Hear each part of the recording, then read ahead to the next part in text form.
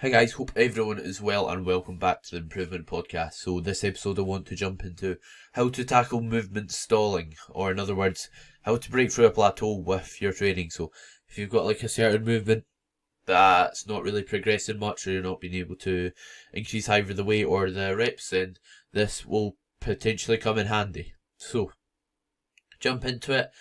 The main thing, or the first thing you should definitely assess is how's your sleep, recovery and nutrition. So first I'll get into sleep. So if your sleep's really poor, let's say you're sleeping 4 hours a night, you're not going to recover well, you're not going to have good energy, you're not going to perform well. So that's probably why it's stalling, if that was the case. So I'd guarantee if you're sleeping like 4 hours a night, you get 8 hours in bed. Probably not going to happen for most, and I hope none of you listening or watching this are sleeping 4 hours a night, but it's going to hold you back massively. So even just improving your sleep, it's going to result in you performing better. You'll probably break through the plateau because most of the time, yes, movements might slow down, but I think people plateau because they aren't consistent outside the gym and with other areas. So as well as sleep, which obviously plays a part into recovery, nutrition also does. So some questions to ask yourself: are you eating enough calories? Are you eating a healthy diet, fruit, vegetables, etc.? All that basic stuff.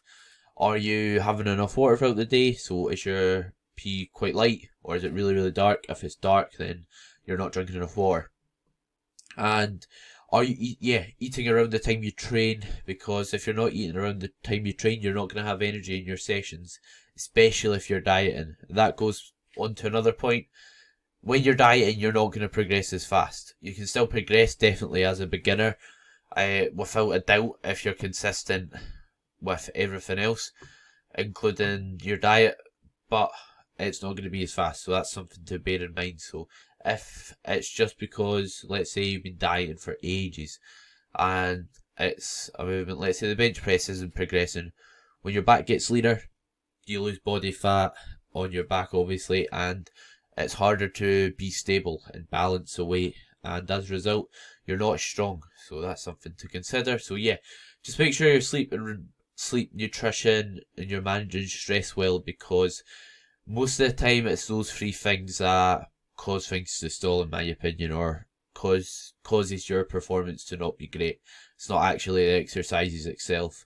Some exercises will also just stall more than others. For example, you're more likely to stall on upper body movements and lower body movements. Like the squat, you're probably going to be able to run that up for ages, whereas something like, let's say, a dumbbell shoulder press, that's going to stall not relatively quickly, because you jump up the dumbbells in big jumps, and I just find it stalls easier.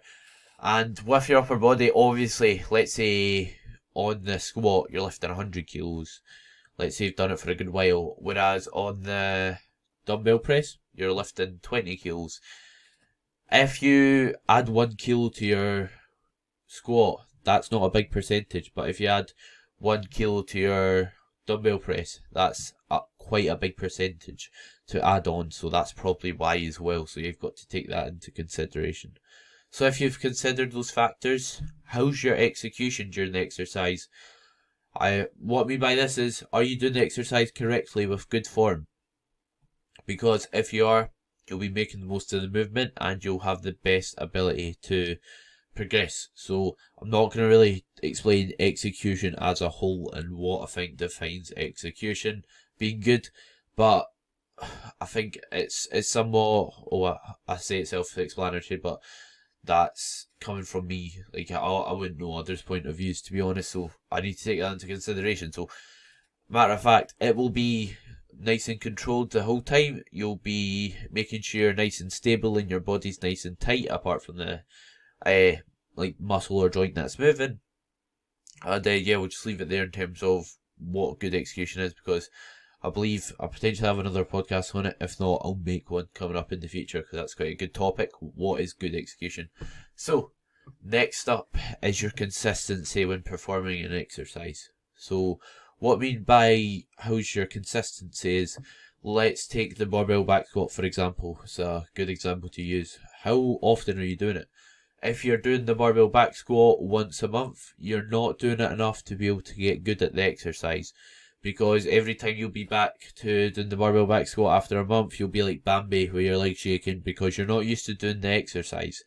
Especially if you're a beginner. If you, let's say you went back to the barbell back squat after training for 5 years, 3 of them you've done the barbell back squat, you're going to pick up much faster. But if you're new to training, you're not that familiar with all the exercises, and you don't squat frequently, then you're not going to get good at the movement. So make sure you're doing it enough. So weekly is probably a good amount to do it. You can even squat 2 times a week for sure, definitely, if you're a beginner. And I think that's quite a good idea actually, because the more you do something, the better you get. So if you squat twice a week, you'll get good at the movement in half the time, in my opinion, or something close to that. So yeah, just make sure you're doing it consistently, because as well as being able to learn the good form, doing it consistently and being able to do it comfortably, safely, like if you're not training the muscle group consistently as well, how's it going to grow? So if you're doing it, let's say, obviously it's quite exaggeration, but let's say you're skipping legs and you're only doing the squat once a month. Again, although let's say you had good technique, if you're still only training legs once a month, you're not going to be able to grow very well. Whereas if you've done them twice a week, they're going to have so much more opportunities to grow. So that's just a wee example, but just make sure you're doing them relatively consistent. I myself, I train my upper body from 2 to 3 times a week. You could say 3 because like I train arms and shoulders on a separate day as well, which is quite like a easygoing session, or not easygoing, but it's not very tiring, sorry, can't get my words out. Whereas, my lower body I also train twice a week, so I'm giving myself plenty of opportunities to grow my muscles. And next up, after consistency, is your training intensity. So, are you training hard? Obviously, hard is relative to the individual, but are you at least trying to push yourself?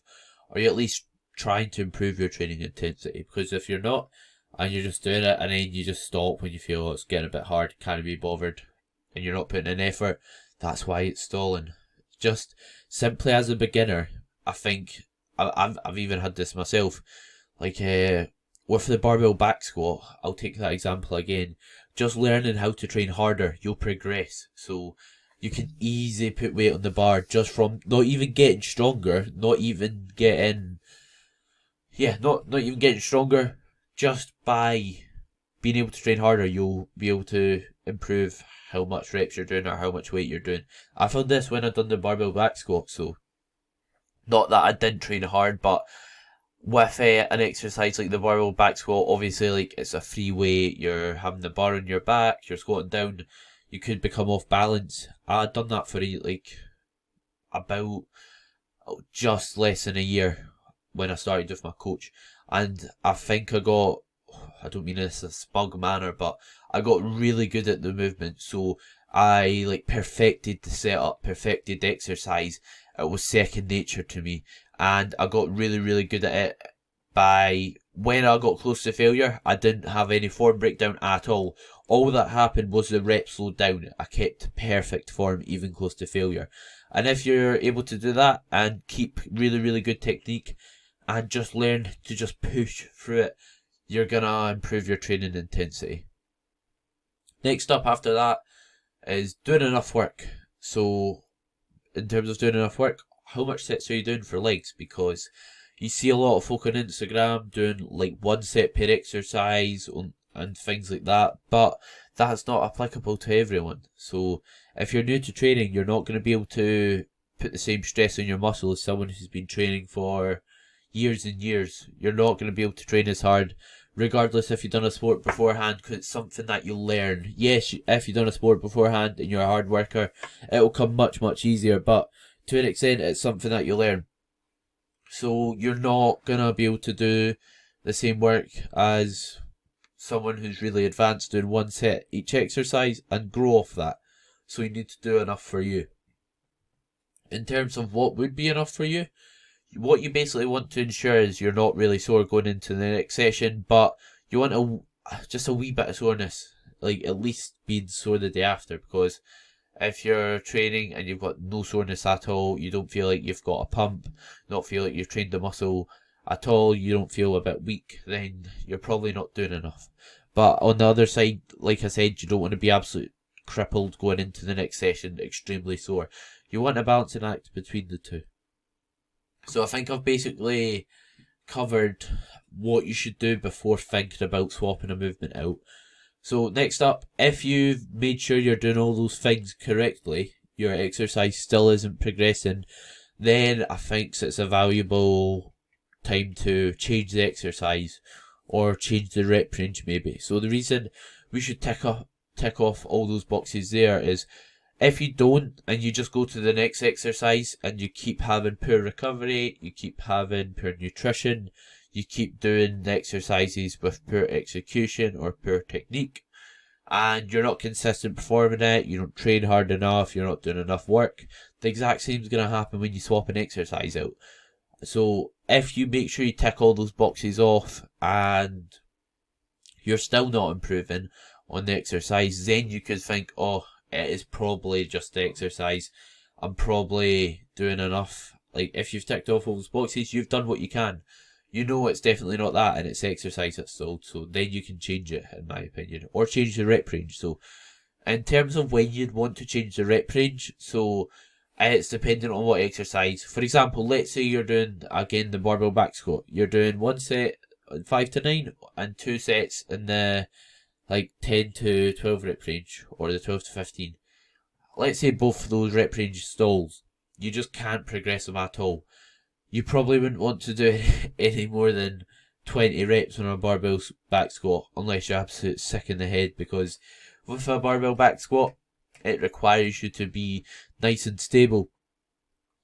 And when you're doing high reps, it's hard to keep nice and strong and stable and be able to keep tight, because you're just going to be out of breath. Your technique will probably be a bit all over the place, and you'll just probably feel like death as well. And you'll probably not. It's hard to train and do 20 rep squats and train to proper failure on them as well, to be honest, especially if you're relatively new to training. So at this point, I'd just change the exercise if you can. So obviously not everyone's blessed with the kit to do so, but if you do have different options, let's say a hack squat, let's say a Smith machine squat, let's say a front squat with a barbell, those are all good options as well. So yeah, if you can, change the exercise. If not, you might just have to look to change the rep range, or do some wee things like, I'll take the barbell back squat. Just pausing at the bottom for 2 seconds, things like that, or going really, really slow on the way down, or putting plates under your heels so that you get more bend in the knee and you train your quad better, and try and progress it like that. Just so you've got a bit of variation so it stops stalling if you are doing it consistently enough. And in terms of what you should look for in the movement, so what you want is, you want it to be pain-free first of all. You want it to be enjoyable, because people argue, oh, you shouldn't worry about enjoying your training. You should do what's right, or what's best, or what's optimal. But enjoyment does come into the equation if you're a beginner, because if you hate it, you're not going to stick to it. It's just like any sport. If you're trying to build muscle, you need to, or lose body fat in the gym, you need to be consistent. You need to show up all the time. And if you hate something, then you're not likely to do so. So make it enjoyable. There's nothing wrong with that. Sorry, I'm a bit tired. So even if it means you're doing an exercise that might not be the best to grow a certain muscle, I'd rather see someone, let's say, do, I don't know, we'll take like a bench press. Let's say they don't feel it in their chest a lot, but it doesn't hurt them and they love doing it. It makes their session worthwhile coming in for. They get really, really excited to come in the gym to bench press. So then I'm not going to take that out of their program. I'll put another chest exercise in maybe, or just do one another day. But it's okay if you're just getting into training. Then just trying to get strong at the basics is more beneficial than choosing the perfect movement that you don't enjoy. So yeah, make sure it is enjoyable, because that is a factor. As you get further along in your training career, or you just get more experience in the gym, then enjoyment might not be as much of an option if you're taking it more seriously. And you've already been consistent to the gym for a good while and you know you'll stay consistent. So yeah, comes a point where you need to consider things other than just enjoying it. Right, next. You want to be relatively stable. So what I mean by this is you don't want to be like trying to like stand and do a dumbbell overhead press while balancing on a BOSU ball, because you're not going to be really stable. It's going to be really hard. Whereas if you do it on a bench, you'll be nice and stable, your body won't move at all, and you'll be stronger. So if you're more stable, you can lift more. And if you can get a muscle to lift more weight, it's going to be a bigger muscle. Simple as that. Don't really need to dive into that further, but just make sure you're in a relatively stable environment. And just make sure you've got room for progression when you're changing in exercise as well. For example, if you're changing, let's say we're changing a barbell back squat, since we've stuck with it the whole podcast really, to dumbbell goblet squat. So just basically holding a dumbbell in front of you, squatting down, standing up. Let's say you train at home. This is just an example, so take it into consideration. But you've only got like 30 kilos per dumbbell, and then you go to the exercise, you're doing 30 straight away.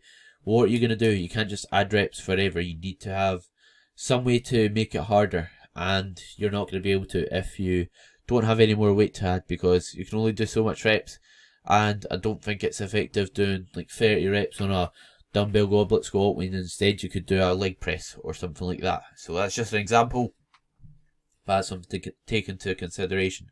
So yeah, hope this podcast, not exercise, has helped. So just to recap, make sure you're just recovering well, sleeping well, eating well outside the gym, because most of the time that's the issue. Same if you're drinking all the time. If you're drinking twice a week, you're drinking before your sessions, you're not going to be in a good place to recover and perform well. Same if you're not drinking enough water, things like that. And then once that's sorted, look at your training. Are you doing exercises correctly? Are you doing them consistently? Are you training hard enough? Are you doing enough sets? And then if you've ticked off all those boxes and you're still not progressing them, then you can look to change the exercise or change like a rep range or the tempo of the exercise.